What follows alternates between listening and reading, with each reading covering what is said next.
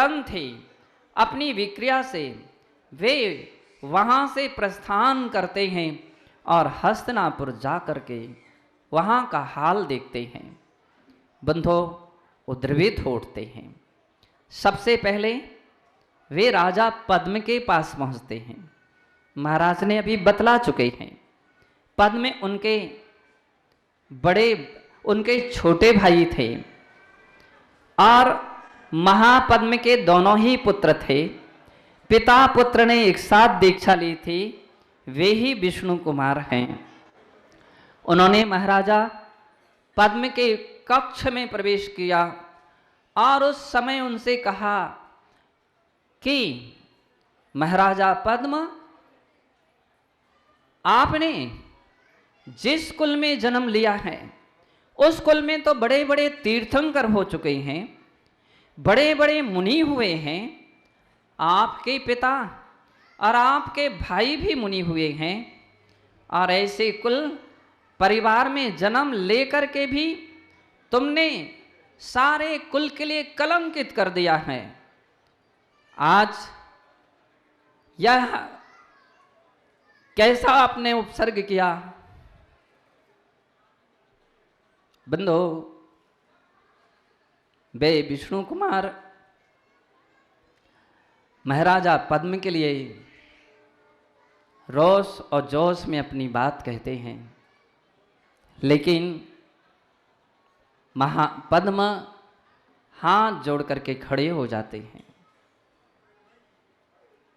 महाराज के लिए नमस्कार करते हैं और कहते हैं कि गुरुदेव,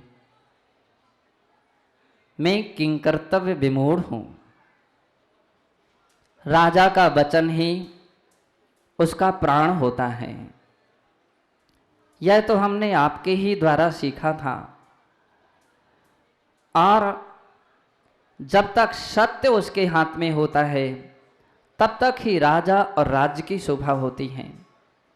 मैंने 7 दिन का बलि के लिए वचन दे दिया है राज्य का। अब आप ही कोई उपाय बतलाएं, जो मुझसे संभव हो मैं उस कार्य को करूं। विष्णु कुमार वहां एक क्षण भी नहीं ठहरे। तुरंत ही वे यज्ञ भूमि तक पहुंच गए। बंधो, सारी रात इसी में व्यतीत हो गई। प्रातः काल की बेला और पुनः मंत्रोच्चारण प्रारंभ हो गया और उसी समय विष्णु कुमार ने अपना रूप बदल लिया और उन्होंने अपना एक ब्राह्मण का रूप बना लिया। 52 अंगुल का ब्राह्मण यानी बौने ब्राह्मण का रूप धारण कर लिया और बड़ी बड़ी ऋचाएं बोलते हुए पंडाल की ओर प्रवेश किया। जैसे ही चारों मंत्रियों ने देखा और अनेकों ब्राह्मणों ने देखा, सब खुश हो गए कि यज्ञ में यदि 52 अंगुल का कोई ब्राह्मण अगर आ जाए तो बहुत बहुत शकुन माना जाता है और उसके द्वारा किया गया यज्ञ अन्य ग्रंथों के अनुसार सिद्धि प्रदान करता है। अब तो कहना ही क्या, सभी मंत्रियों ने आसन छोड़ करके ब्राह्मण के पास आ गए।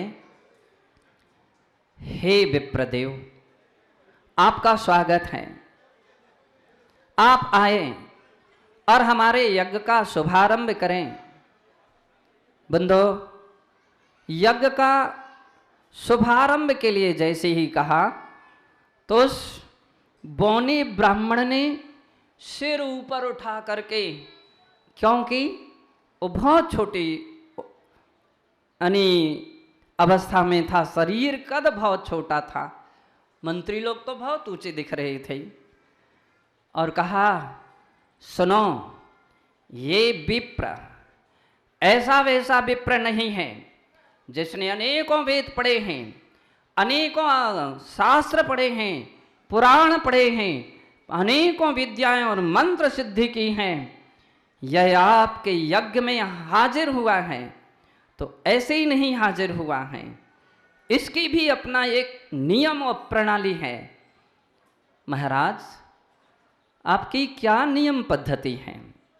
ये विप्र पहले दक्षिणा लेता है, फिर अपना काम करता है।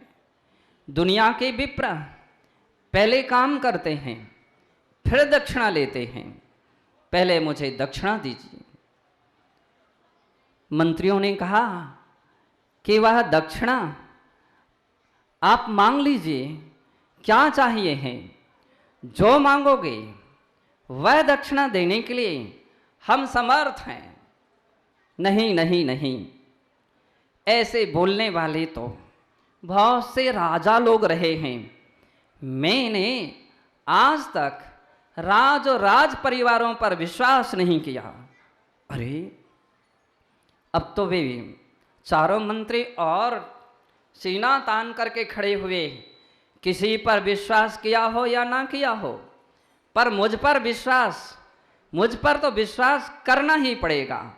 आप जो मांगोगे वह मैं दूंगा। महाराज ने कहा, जल हाथ में लीजिए और प्रतिज्ञा लीजिए, वचन दीजिए कि जो मांगोगे वह मैं दूंगा। चारों मंत्रियों ने हाथ में जल ले लिया और वचन दिया कि जो आप मांगेंगे वह मैं वचन देता हूं, जो मांगोगे वह पूर्ण दूंगा। विप्र ने कहा, ऐसे वचन देने वाले तो बहुत सारे लोग देखे हैं। एक बार के वचन से मैं कभी किसी का आज तक विश्वास मैंने नहीं किया है। वचन देना है तो 3 बार वचन दीजिए। बंधो, चारों मंत्रियों ने 3 बार उच्चारण करके वचन दिया, जो मांगोगे और जितना मांगोगे वह तुम्हारी इच्छा के अनुसार मैं तत्काल दूंगा, तत्काल दूंगा, तत्काल दूंगा। पर्व की हमने कहानी सुनी, लेकिन कुछ हमारे लिए नए पन्ने भी खोलना पड़ेंगे। आचार्य अकंपनाचार्य आज के समय में कौन हो सकते हैं? सत्य है, आध्यात्मिक दृष्टि से देखें तो हमारा धर्म ही, आत्म धर्म ही अकंपनाचार्य हैं। और आत्मा के जो गुण हैं या धर्मात्मा हैं, वे ही 700 मुनि हैं और वही आचार्य अकंपनाचार्य का संग है। चारों मंत्री और कोई दूसरे नहीं हैं। चारों मंत्री हमारी आत्मा में ही हैं और आत्मा के अंदर में पाए जाने वाले क्रोध, मान, माया और लोभ हैं। ये चारों धर्म के बिल्कुल विपरीत हैं, नास्तिक हैं, अधर्म के संहारक हैं, धर्म के विध्वंसक हैं। वे पूर्ण रूपिणी अपनी दृष्टि अकंपनाचार्य महाराज के संग पर गड़ाए बैठे हैं। घनघोर उपसर्ग कर रहे हैं, लेकिन फिर भी हम कुछ भी नहीं सोच पाते हैं। चारों मंत्री घनघोर उपसर्ग कर रहे हैं। चारों कसाएं आत्मा की क्षति कर रही हैं। आत्मा के धर्म, आत्मा के गुण, उनका विनाश कर रही हैं। चारों तरफ से कसायों ने एक आत्मा के लिए, धर्म के लिए ऐसा बेड़ करके रखा है कि जिसमें आग भी प्रज्वलित हो चुकी है। किसी के अंदर में क्रोध रूपी आग है, तो कहीं मान रूपी आग है, तो कहीं मायाचारी रूप आग लगी हुई है, तो कहीं लोभ रूपी आग जलना प्रारंभ हो गई। लेकिन धैर्यशील, समताशील धर्म और धर्मात्मा, सच्चे धर्मात्मा अपनी साधना में संलग्न हैं। ऐसे समय में कोई बाहर से विष्णु कुमार नहीं आएंगे। कोई सागर सेन मुनि महाराज आकाश को देखने के लिए नहीं बैठेंगे। सागर सेन और कोई नहीं है जिससे हम पता लगा सकें कि हमारे अंदर में इस प्रकार का उपसर्ग हो रहा है। सागर सेन यदि है तो हमारी जिनवाणी है, हमारा शास्त्र है, हमारे आगम ग्रंथ हैं जो देख रहे हैं और बतला रहे हैं कि ऐसी परिस्थितियां खड़ी हैं और ऐसी परिस्थिति को कंट्रोल नहीं किया गया तो उपसर्ग निश्चित है सारे संग का समाप्ति का हेतु बन जाएगा और वह नर संहार वहाँ पर हो जाएगा। यति हत्या जैसा महापाप प्रलय काल की तरह सारे संसार में फैल जाएगा।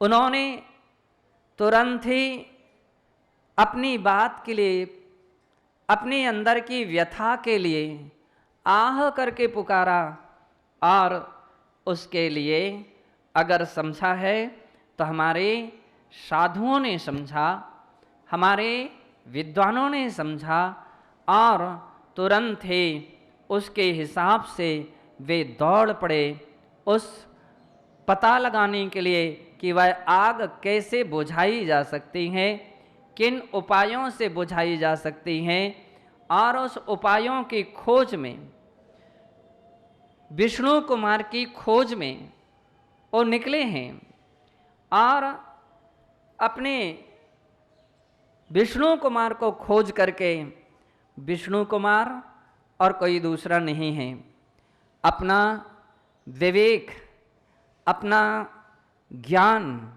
अपनी बुद्धि ही विष्णु कुमार हैं।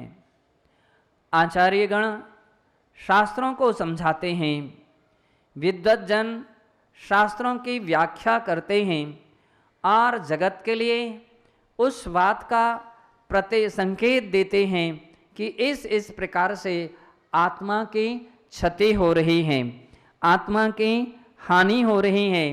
बंदो, और यह समाचार सुन विष्णु कुमार ने अपनी परीक्षा कर ली कि मुझे सामर्थ्य उत्पन्न हुई है, रिद्धि उत्पन्न हुई है और जब मुझे ऐसी सामर्थ्य है तो मैं उस उपसर्ग को दूर कर सकता हूँ। वह विष्णु कुमार और कोई नहीं है। सत्य है विष्णु कुमार हमारा ही पुरुषार्थ है, हमारा ही सच्चा पुरुषार्थ है। यदि हम अपने विवेक के आधार पर पुरुषार्थ करते हैं, साधना करते हैं तो निश्चित है चारों बलियों के लिए परास्त होना पड़ता है और उपसर्ग दूर हो जाता है और हमारा रक्षा बंधन पर्व सार्थक हो जाता है। आत्मा के धर्म के सच्चे मायने में, आत्मा के गुणों की सच्चे मायने में रक्षा हो जाती है और हम उस रक्षा बंधन को सार्थक और सफल कर लेते हैं। कदाचित हम रक्षाबंधन के लिए कुछ इस रूप में भी देख सकते हैं कि सत्य ये है कि चार बलि और कोई दूसरे नहीं है। अगर चार बलि हैं तो आज के समय में चार प्रकार के दुष्प्रचारक भी एक बलि की तरह हैं और इसलिए हैं कि कोई व्यक्ति किसी रूप में धर्म के और धर्मात्मा या धर्म श्रद्धालु, ये हमारे अकंपनाचारी महाराज का संग है। धर्मात्मा अकंपनाचारी महाराज हैं और जितने भी धर्म अकंपनाचारी हैं और जितने भी धर्म श्रद्धालु हैं समझ लीजिए वे सब उनके शिष्य हैं, उनके अनुयायी हैं, उनके सेवक हैं और उस संघ में शामिल हैं।